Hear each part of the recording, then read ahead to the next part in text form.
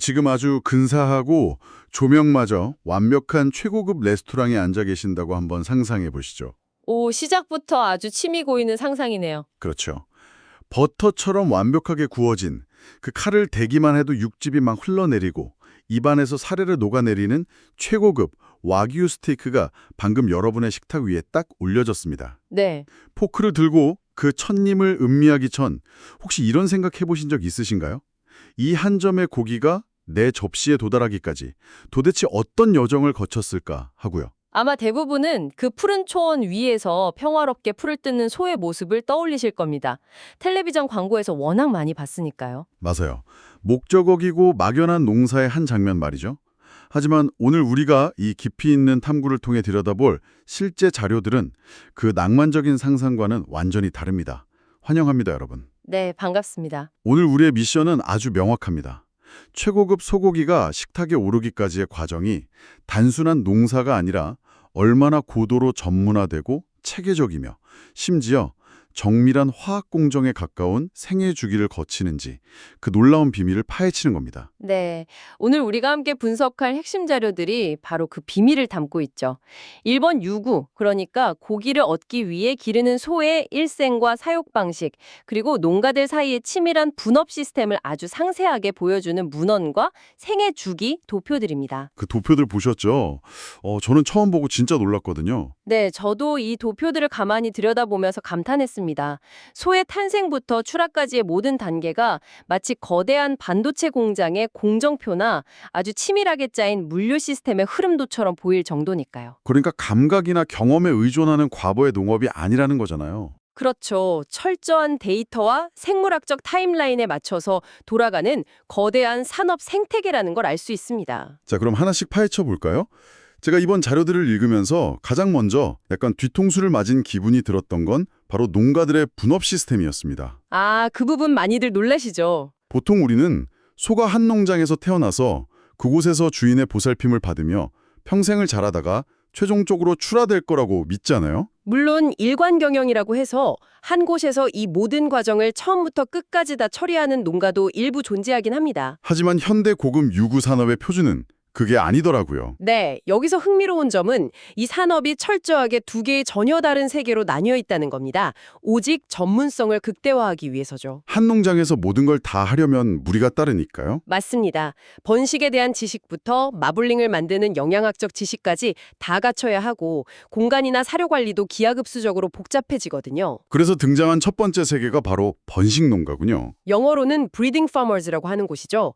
이들의 역할은 오직 하나입니다. 우수한 송아지를 낳고 그 송아지가 튼튼하게 자랄 수 있도록 기초를 다지는 데에만 모든 역량을 집중하는 겁니다. 그 송아지들을 업계에서는 바탕이 되는 소라고 해서 밑소라고 부른다면서요. 네, 정확합니다. 미소. 이거 약간 스타트업 생태계에서 초기 아이디어를 발굴하고 인큐베이팅만 전문으로 하는 회사가 따로 있는 것과 되게 비슷하네요. 오, 아주 적절한 비유입니다.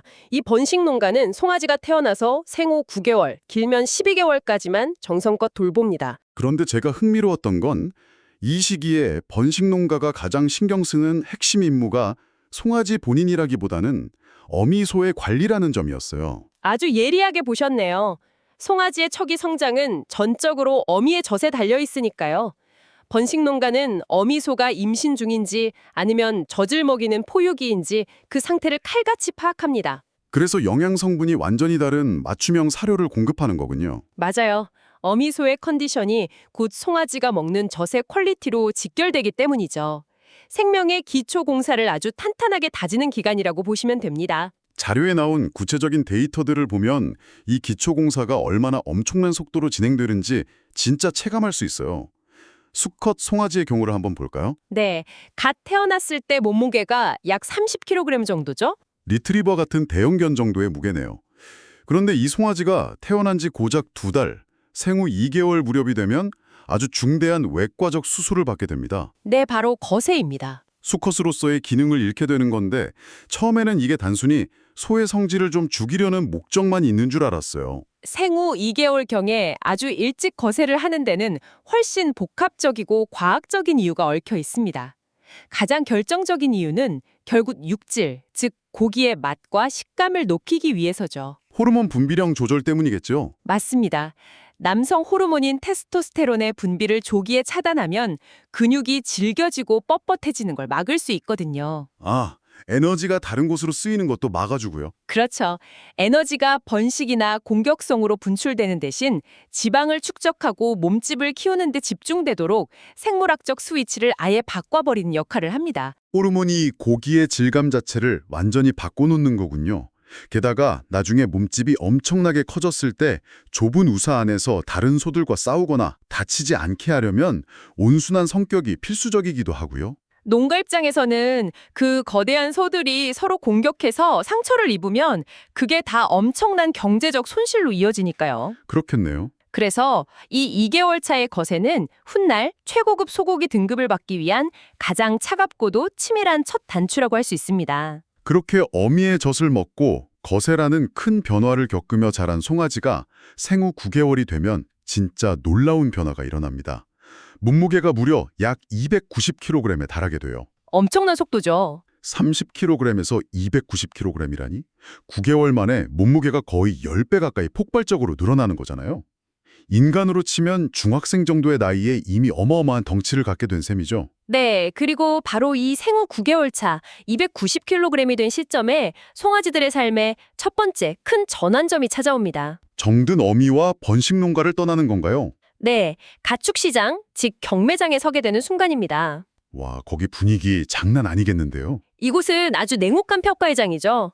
전국에서 모인 수많은 비육농가 사람들이 송아지의 혈통, 체격, 털의 윤기, 심지어 걷는 자세까지 맨눈으로 분석합니다. 걷는 자세까지요. 그럼요. 이 송아지가 나중에 얼마나 훌륭한 마블링을 피워낼 잠재력이 있는지 그 가능성에 수백만 원의 돈을 베팅하는 겁니다. 거기서 낙찰을 받으면 이제 송아지들은 비육농가라는 두 번째이자 마지막 세계로 넘어가게 되는 거군요. 맞습니다. 자, 그럼 이 두 번째 세계, 비육농가로 넘어온 소들의 삶은 어떻게 전개될까요? 번식 농가가 생명의 찬생과 초기 성장에 집중하는 보육원 느낌이었다면 비육농가는 그야말로 고도의 정밀과학이 지배하는 연구소나 다름없죠. 이들의 목적은 단 하나잖아요.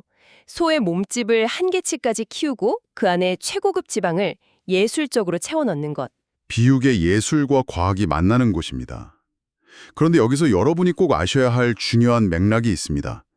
비육농가라고 해서 모든 소를 똑같은 방식으로 똑같은 기간 동안 키우는 게 절대 아니라는 겁니다. 아, 소의 품종과 체종 목적에 따라 타임라인이 완전히 달라지죠? 네, 이건 경제적인 리스크와 직접적으로 연결되는 문제거든요. 그 경제적 리스크 부분이 정말 흥미로웠어요. 예를 들어 우유를 짜낸 젖소 품종인 홀스타인 수컷의 경우는 성장 속도가 굉장히 빠르다고 들었습니다. 맞습니다. 그래서 비육농가에 온 지 얼마 안 된 것 같은데 생후 약 20개월 전후면 도축을 위해 출하가 됩니다. 20개월이요? 반면에 일본 전통 소인 와규와 홀스타인의 피를 섞은 교잡종은 그보다 조금 더 긴 생후 25개월 전후까지 키우고요. 농가 입장에서는 소를 하루라도 더 데리고 있는 것 자체가 엄청난 비용과 리스크입니다. 매일 들어가는 사료비도 만만치 않고 혹시라도 그 기간 동안 병에 걸리거나 폐사하게 되면 그간의 투자가 전부 허공으로 날아가니까요. 아, 그래서 홀스타인이나 교잡종은 적정선에서 빠르게 출하해서 회전율을 높이는 전략을 취하는 거군요. 정확합니다. 하지만 오늘 우리가 깊게 들여다보는 핵심, 흑모아종 같은 최고급 와규 브랜드 소들은 완전히 다른 궤도를 걷잖아요. 무려 생후 30개월 전후까지 홀스타인보다 무려 10개월이나 더 오래 살면서 비육농가에 머뭅니다. 290kg짜리 청소년 소가 720kg의 거대한 성체로 완성되는 거죠. 그 10개월의 추가 사육 기간이 바로 마블링이라는 예술 작품을 완성하기 위해 농가가 짊어지는 막대한 리스크의 시간이네요. 맞습니다. 그런데 도대체 어떻게 이런 체계적인 덩치 분리기와 촘촘한 지방 교잡이 가능할까요? 그 비밀은 바로 성장 단계별로 아주 치밀하게 통제되는 식단, 즉 사료의 마법에 있습니다. 비육 농가에서의 시간이 전기, 중기, 후기 이렇게 세 단계로 엄격하게 나뉜다고 되어 있더라고요. 네. 이 사료 급여 스케줄을 보면 소한테 밥을 주는 게 아니라 진짜 보디빌더의 식단을 설계하는 것 같았어요. 첫 번째 단계인 전기는 골격과 근육의 튼튼한 틀을 만드는 시기잖아요. 그렇죠. 이때는 볏짚이나 목초같이 섬유질이 아주 거친 조사료를 듬뿍 먹인다고 나와 있어요. 소는 위가 4개나 되는 반추동물이잖아요.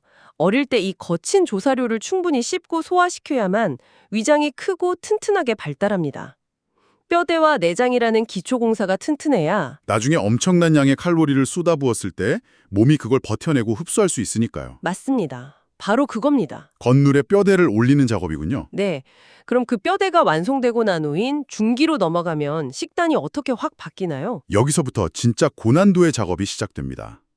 바로 근육 속에 지방을 눈꽃처럼 피워내는 마블링 형성식이죠. 아, 기다리던 마블링이군요. 이때부터는 거친 풀의 비율을 확 줄이고 탄수화물과 에너지가 고도로 응축된 곡물 위주의 농우사료를 쏟아붓기 시작합니다. 옥수수나 콩 같은 곡물 폭탄을 투여하는 거네요. 네.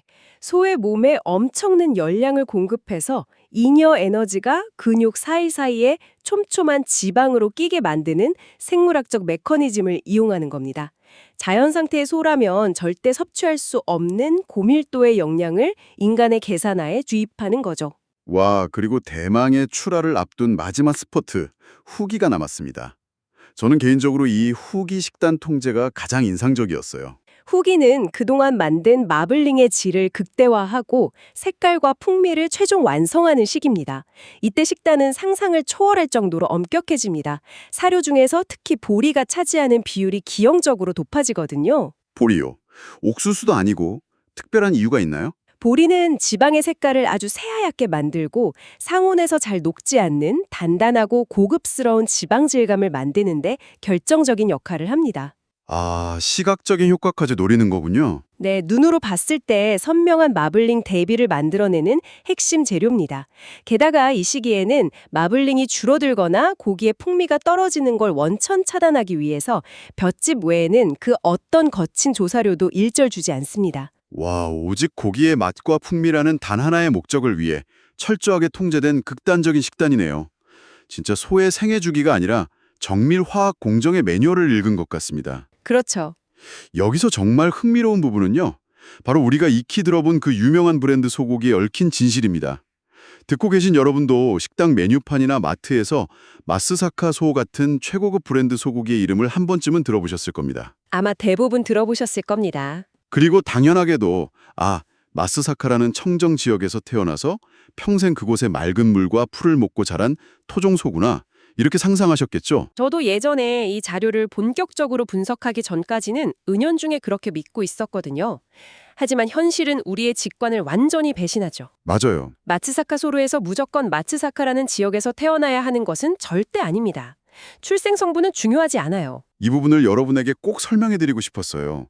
이야기 쉽게 비유하자면 마치 명문 아이비리그 대학의 입학 시스템과 비슷합니다. 오, 어떻게 비슷하죠? 전국의 소시장을 돌아다니면서 유전적으로 가장 뛰어나고 똑똑해 보이는 9개월짜리 송아지를 발굴해서 사옵니다.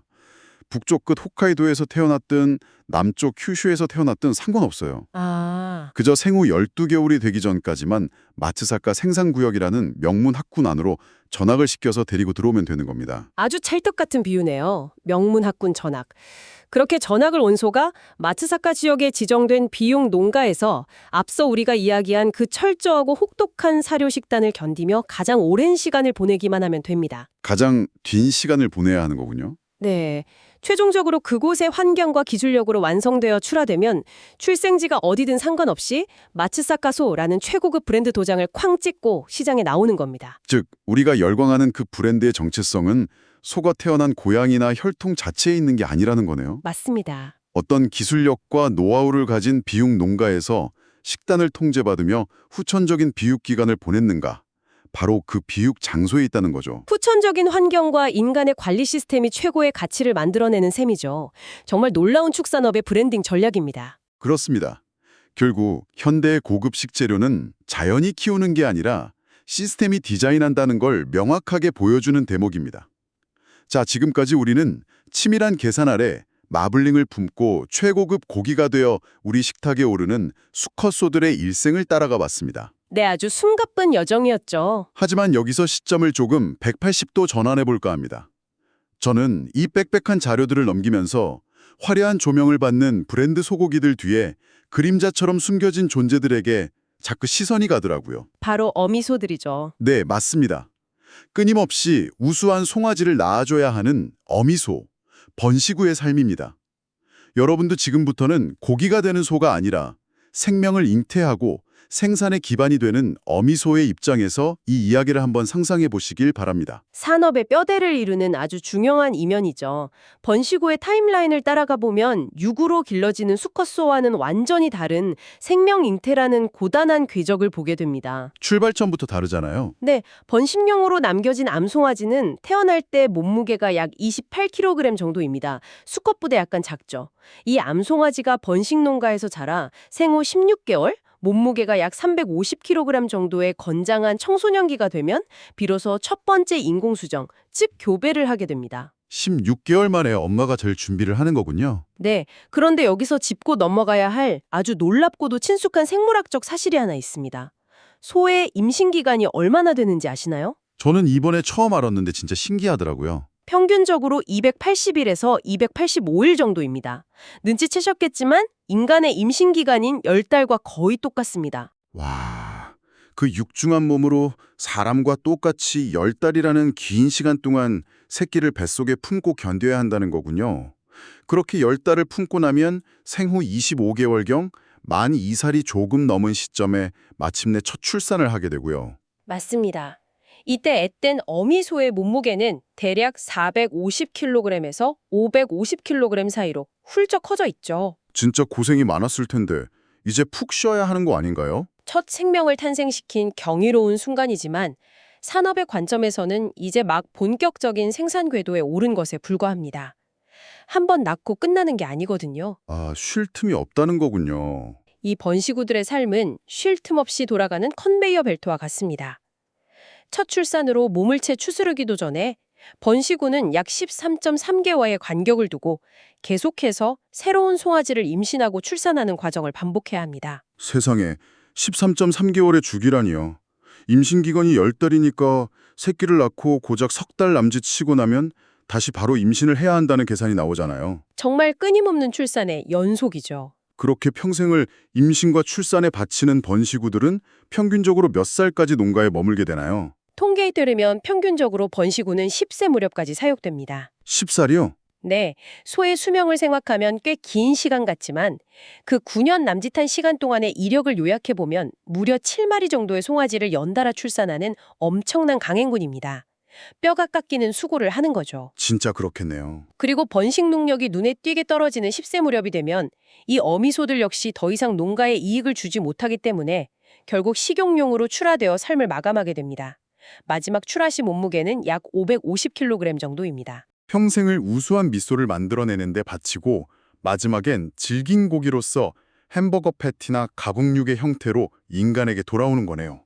마음이 참 숙연해집니다. 많은 분들이 이 부분에서 비슷한 감정을 느끼시죠? 그런데 제가 자료 구석의 통계표를 보다가 정말 믿기 힘든 팩트를 하나 발견했어요. 보통 10살이면 도축된다고 하셨는데 공식적인 기록 중에 무려 26세까지 살면서 사육된 번시구도 존재했다고 하더라고요. 아, 그 기록 보셨군요. 네, 인간 나이로 치면 거의 백수를 훌쩍 넘긴 거 아닌가요? 맞습니다. 그 기록은 축산업계에서도 정말 경이로운 예외 사례로 꼽힙니다. 26년 동안 도대체 얼마나 많은 송아지를 낳고 그 농가의 흥망성쇠를 함께 했을지 상상조차 어렵죠. 진짜 기네스북감이네요. 사실 경제적인 논리로만 따지면 나이 들어서 새끼 나는 주기가 길어진 소를 계속 먹여 살리는 건 무조건 손해거든요. 그럼에도 불구하고 26년이나 데리고 있었다는 건 그 농가에서 그 소를 단순한 생산수단 이상으로 각별하게 대했다는 증거입니다. 그렇겠네요. 가족 같았을 수도 있고요. 철저한 건강관리는 기본이고 일반적인 산업의 사이클을 훌쩍 뛰어넘는 인간과 동물 간의 깊은 교감이나 유대감이 작용했을 확률이 높습니다. 경제적 효율성을 뛰어넘는 어떤 이야기가 숨어 있었을 것 같아 마음이 조금 따뜻해지기도 합니다. 그래서 이게 다 무슨 의미일까요? 오늘 우리는 최고급 스테이크 한 점에 얽힌 소 한 마리의 일생을 샅샅이 분해해봤습니다. 아주 의미 있는 시간이었죠. 듣고 계신 여러분이 기념일날 분위기 좋은 식당에서 쉽게 주문하고 입안의 황홀함을 즐기는 그 고기. 그 뒤에는 짧게는 20개월, 최고급 와규의 경우 길게는 30개월에 달하는 길고 긴 기다림과 막대한 비용의 투자가 존재했습니다. 네. 번식농가와 비육농가라는 두 세계가 톱니바퀴처럼 맞물려 돌아가는 소름 돋을 정도로 정밀한 분업 시스템이 있었고요.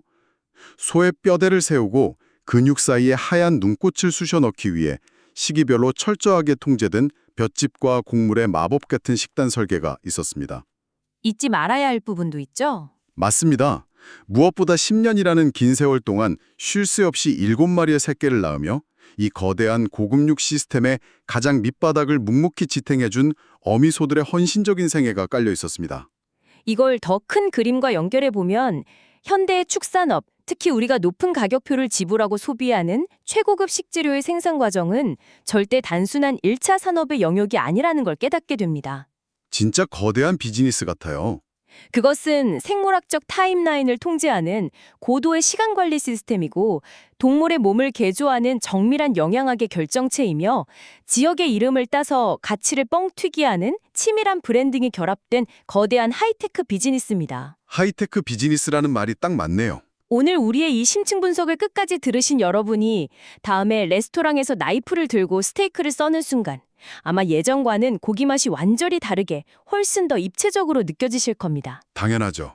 이 고기가 어느 번식 농가에서 태어나 어떤 비육 농가를 거쳐왔을지, 마블링을 피워내기 위해 어느 시기에 보리폭탄을 맞았을지, 그리고 그 뒤안길에 숨겨진 어미소의 10년은 어땠을지 접시 위에서 생생하게 상상하게 되실 테니까요. 자, 이제 오늘의 깊이 있는 탐구를 마무리하며 듣고 계신 여러분에게 흥미롭고 어쩌면 조금은 도발적인 질문을 하나 던져보고 싶습니다. 앞서 우리가 명문대 비유를 들어 살펴본 마수사카 소의 진실을 한번 떠올려 보세요. 네, 그 명문학군 전학 시스템 말이죠. 전국 각지에서 태어난 유전적으로 동일하게 훌륭한 2마리의 송아지가 있습니다. 하지만 이 송아지가 9개월 이후의 청소년기를 어디서 누구의 철저한 통제 아래 보내느냐에 따라 한 마리는 이름 없는 평범한 소고기가 되고 다른 한 마리는 수십만 원, 수백만 원을 호가하는 최고급 마스사카소라는 찬란한 이름표를 달게 됩니다. 아주 예리하고 철학적인 지점까지 맞닿아 있는 질문이네요. 타고난 유전자라는 본질은 같지만 후천적으로 주어진 환경과 통제가 결과를 극단적으로 갈라놓는다는 거죠? 맞습니다. 그렇다면 한번 스스로에게 질문해 보세요. 우리가 최고급 식재료에 기꺼이 지갑을 열고 그 엄청난 프리미엄을 지불할 때 우리는 과연 그 식재료가 날 때부터 가지고 태어난 고유한 유전자와 출신, 즉 본질의 돈을 지불하고 있는 것일까요? 아니면 치밀하게 계산된 영양학, 엄격하게 통제된 인고의 시간, 그리고 그 지역이 자본을 들여 만들어낸 세련된 환경과 브랜드라는 환상의 돈을 지불하는 것일까요? 정말 많은 생각을 하게 만드는 질문입니다. 다음번에 아주 비싸고 근사한 식당에 가셔서 영수증에 찍힌 금액을 확인하신다면 이 질문에 대해 한 번쯤 깊이 고민해 보시길 바랍니다. 오늘 저희가 준비한 시간은 여기까지입니다.